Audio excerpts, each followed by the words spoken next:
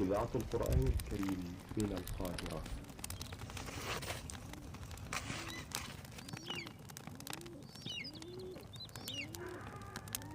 إذاعة القرآن الكريم من القاهرة. اللهم إن هذا صباحك قد أهل، فاجعل يا ربنا صباح الخير، عاملين ايه؟ يا رب تكونوا بخير. وجه اليوم المنتظر اللي انا كلمتكم عنه، اللي هو حرفيا اتهدي حيلي فيه. بصوا، كانت الساعة كام؟ كانت الساعة 4، صحيت الساعة 3:30. رحت ندهت امي، رحنا بقى على المكان اللي هنخبز فيه. هو المكان قريب مني مش بعيد يعني. انا كنت بقول لكم الفيديو اللي فات هصحى الفجر، انا صحيت الساعه 3:30. قلت عايزه اخلص قبل الولاد ما يقوموا من النوم، لاني انا ربنا يخلي اخواتي جنبي وعيالي اخواتي، فعايزه اقول لكم بيبقى موال كبير قوي عند الفرن ودوشه بقى وصداع. فعشان كده قمت بدري، قمت الساعه 3:30، طبعا قبل الفجر بساعه ونص. هو الفجر بأذن على 5 فالمهم بقى قمت 3:30، رحت قبل ما رحت ندهت امي، ورحت بقى على المكان اللي هو اللي فيه الفرن.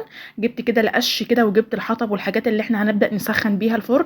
هنا بقى انا كنت بقدح الفرن ده الكشاف عشان طبعا اشوف.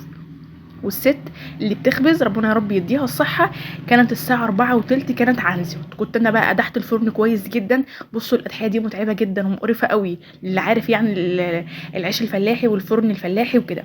بس اللي بيخلينا نعمل فيه اللي هو بيبقى عيشه حلو قوي، لان طبعا احنا بنعمل كميات كبيرة. يعني انا هعمل قرصين، القرصين دول واخدين كمية دقيق كبيرة قوي. فده اللي بيخلينا نعمل في الفرن الفلاحي، ونفس الوقت العيش بتاعه بيكون طعم وحلو قوي قوي. هنا بقى كانت الست انا كنت بقرص عليها. طبعا انا في التقريص مش قد كده، يعني تقريص العجين دوت عايز حد فنان كده، او حد شاطر، او حد ايده تكون واخده على التقريص. بس انا كنت بقرص كده، بقضي الغرض عقبال ما امي تيجي وكده. هنا بقى كان اختي برضو كانت قاعده على، بصوا لازم واحده بتقرص والخبازه بتخبز، وواحده بتحمي، ان هي بتحطي الحطب او بتحطي الخشب او ايا كان انتي هتسخني الفرن بايه او هتولعي الفرن بايه. بتبداي كده شويه شويه، تبداي تحطي كده عندك في المحميه بتاعت ايه، بتاعت الفرن، تحطي فيها الحطب او القش او ايا كان انتي تعملي ايه. بصوا بقى الخبازه هنا كانت بتخبز، والخبازة دي ربنا يا رب يعينها ويديها الصحة. قعدت معانا من الساعة 4:30 لعند الساعة 2. ده كان يوم الجمعة، لعند الساعة 2 الظهر. كانت بس بتقوم على قد تصلي، تقوم تاكل عقبال ما نجهز الأكل كده يعني. غير كده ما كانتش بتوقف يعني. فربنا يا رب يديها الصحة، الناس دي بتتعب جدا جدا جدا، فربنا يا رب يديها الصحة ويقويها ويعافيها يا رب. هنا بقى انا كنت خلص على الساعه 8 الصبح، كنت مخلصه العيش بتاعي او العجين بتاعي. بعديه بقى كانت اختي هتخش برضو تخبز، وكانت عامله برضو قرصين اللي انتوا طبعا هتشوفوها عندي في الفيديو كده. عقبال بقى ما اختي كانت بتعمل، انا بقى بستغل زي ما قايله لكم في الفيديوهات اللي فاتت قبل كده، لما بيكون الفرن الفلاحي دوت قايد عندنا او حد بيخبز، بعمل البوشتين دول او الدمستين دول طبعا بحط كده عندي فول، وبحط غله، وبحط عدس. انا بعمله بالطريقه دي بيبقى طعم جدا. في ناس مش بتحب الغله، بس انا من عشاق الغله على الفول. انا عارفه ان في ناس هتستغرب، بس لا، بيبقى لذيذ جدا وانا متعوده عليه، فعشان كده بحبه. عملت بقى جنبه صينيه البتنجان دي وصينيه الرز دي. بصوا ده اساسي لما باجي اخبز في اليوم، لازم اعمل صينيه البتنجان دي بالخلطه والدقه، وصينيه الرز دي بتبقى لذيذه جدا. وبحط الدمسات، واوقات برضو بعمل رز معمر. بس طبعا بعد دوت ما بيطلع، عشان الفرن بيبقى ساخن قوي، فلو حطيت الرز اللي معمر مع الرز والبتنجان دوت هيتحرق، فلازم يكون الفرن هادي جدا. دوت طبعا العيش اللي انتوا طبعا ده اللي انا خبزته، غير اللي انا فرقته. في ناس يعني بتيجي لك على الفرن فبتديها وكده يعني، وغير برضو ما بتوزعي على قرايبك وكده. المهم بقى ايه، قلت بقى ما اكيسه. ده كان خلاص كان بالليل، فقعدت بقى عليه كده. كيسته، بحط كده كل 20 رغيف 15 رغيف، واحطهم في كيسه عندي كده، كيسه كبيره، واحطه عندي في الديب فريزر. انا طبعا بقى بعد ما خلصت كده خبيز ووديت الصواني واتغدينا، دخلت عندي على الديب فريزر، فضيته كله ومسكته وغسلته ونضفته. وقلت بقى ايه، علشان يعني بعد المغرب هبدا اكيس العيش عندي، هيكون طبعا برد، ان طبعا مخبوز من الساعه 8 الصبح، فعلى بعد المغرب هيكون برد معايا. هنا بقى كيسته، وهدخل عندي على الديب فريزر، هبدا ان انا ايه ارصه. فرشت كده في فرشه كده، فرشه بلاستيك، كيس بلاستيك، ايا كان الفرشه اللي انت هتحطيها فيها ايه، بس بحيث لو حاجه وقعت منك يبقى سهل عليكي في التنظيف يعني وكده، ما يلزقش عندك في الفريزر نفسه. هنا بقى العيش زي ما انتم طبعا شايفين كده، جبت برضو كيس كبير، وهبدا برضو احط فيه العيش. هنا بقى لما بكون عايزه بطلع كيس بكيسه واحط عندي في التلاجة بيفك معايا، وابدا اسحب زي ما انا عايزه رغيف، عايزه 2، عايزه 3، على حسب اللي انا عايزاه ببدا اسحب منه.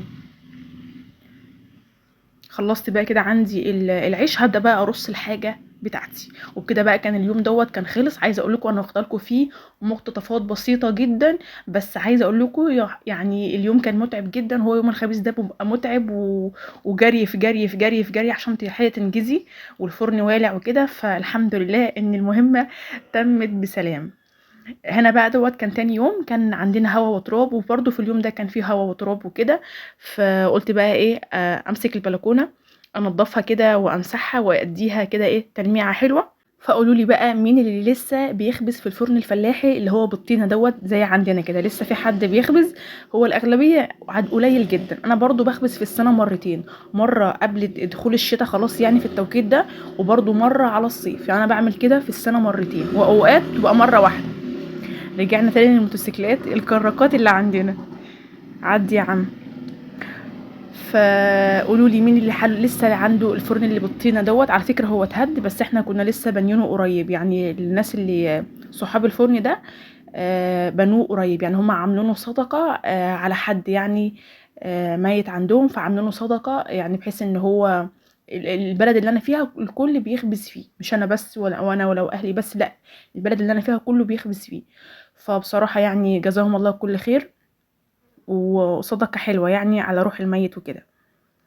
بصوا بقى، كان الجو اصلا برضو في اليوم اللي انا كنت بكنس فيه وبروق في البلكونه دوت كان تراب وحفار وهوا، بس قلت لا، لو سبتها اكتر من كده هتتبهدل. اما نسيت اقول لكم، ما تنسوش تحطوا لي لايك، حطوا لي لايك حلو زيكم، واكتبي لي تعليق، ولو ما اشتركتيش في قناتي اشتركي فيها. هنا بقى كانت في التوقيت ده كانت روان جت من المدرسه وبتكلمني، قلت لها خشي بقى غيري هدومك وايه، وانا هنزل اجهز الغدا. كنت خلاص هشطب البلكونه، وبعت بقى حد يجيب لي فطير، جيب فطيره كبيره ب100 جنيه، وهبدا. وكنت متبله الكبده قبل ما اطلع امسح البلكونه. تبلت كبده ده طبعا هتشوفوا دلوقتي في الفيديو هيكون الغدا بتاعنا ايه، فطير وكبده. مش ماشيين مع بعض بس عادي احنا بنحبهم. هبدا بقى الم التراب اللي طلعته من البلكونه، وجبت بقى الجردل والموب، وهبدا كده ايه امسح والمع البلكونه عندي. مش كانت محتاجه تتغسل، انا كنت عايزه اغسلها بس ما لقيتهاش يعني مش مستاهله، فقلت لا هلمعها بس كده وبالمنظف وبالمعطر وخلاص. الهوا عامل عمايله. يا رب بقى الفيديو النهارده يكون عجبكم واتبسطتوا منه. انا واخده لكم مقتطفات كده من يوم الخبيز، لان انا يعني ذكرت لكم ان انا هخبز في كذا فيديو قبل كده، في الفيديوهات السابقه اللي قبل كده، فحبيت ان انا ايه اخد مقتطفات. انا عايزه لو عايزه اقول لكم لو انا صورت لكم اليوم فاليوم طويل وهيكون فيديو طويل قوي وممكن تملوا منه. فعشان كده انا كنت عايزه اصور وانا بعجن العجين، واصور وانا بنخل الدقيق، يعني هي تبقى قصه. يعني تروحي تطحني الدقيق، تطحني اقصد الغله والذره، وبعدين بعد ما ينتخلوا، وبعد ما ينتخلوا يتعجنوا، وبعد ما ينعجنوا تروحي بقى عند الفرن تقدحي الفرن. وبصوا قصة كبيرة يعني، اللي عارف الخبيز وعارف كده عارف ان هو قصة يعني مش حاجة سهلة. فلو ما لقيتيش حد بيشارك معاكي هتتعبي قوي. انا جيت في مرة كنت خبزت ورا حد وانا كنت لوحدي، فعايزة اقول لكم حرفيا طلع عيني. اما لما بيكون بقى اختك معاكي، امك معاكي، جوزك معاكي، حد بيجيب لك حاجة، حد بيجهز الفطار، حد يبصر بيعمل ايه، حد بيناولك ايه، حد بيجيب لك مية عشان الأضحية. فبصوا يعني قصة كبيرة وتعب طبعا. هنا بقى كنت مسحت كده عندي السيراميك بتاع البلكونه، وبرده كده عندي كده الحيطان عندي برده بتاعه البلكونه عندي مش كانت الطف حاجه، كانت فيها بقع كده مكان ايادي الولاد وكده، فبرده مسحتها. وهنا بقى كده خلاص كنت شطبت البلكونه، وهبدا بقى انزل اجهز الغدا. حطيت عندي الترابيزه وحطيت عندي الكرسي وبس. انا اوقات كتير باجي اشرب القهوه بتاعتي هنا، واجيب الكتب بتاعتي وابدا ايه اقرا لي فيها. يعني مش دايما بس يعني بحب اعمل كده، بالذات في الصيف بحب التوقيت العصر، وفي الشتاء بحب التوقيت بتاع الساعه 9 الصبح 10، ده بيبقى لطيف قوي. وبالذات بقى في ايام المدارس بتلاقي بقى الشوارع هاديه كده، ما فيش دوشه ولا في صداع. لو حتى كده عايزه تسمعي بودكاست حاجه يعني تفيدك، تسمعي تقراي في كتاب بعد طبعا ما تكوني خلصت اللي وراكي، فببقى باحب أنا كده يعني الحاجات دي بتبسطني جدًا وبتغيّر من مودي أوي. وبكده بقى إيه هنقول خلاويص للبلكونة وهننزل بقى إيه. كنت أنا بقى إيه هاجهّز الغدا. أنا طبعًا زي ما قُلت لكم جايبة فطير وكنت متبّلة الكبدة، فعلى قد بس إن أنا هاقليها وهاعمل سلطة وبس، والطحينة كمان هاجيبها جاهزة من برّه. فكان قُلت يعني إيه أسهّل على نفسي شوية بعد ما ادعكت امبارح، يعني أنا كنت تعبانة أوي يوم الجمعة ده تعبت فيه جدًا. وبس كده كان غدانا النهارده جبنة وعشان ناكلها بالفطير وكبدة وسلطة، بس كده.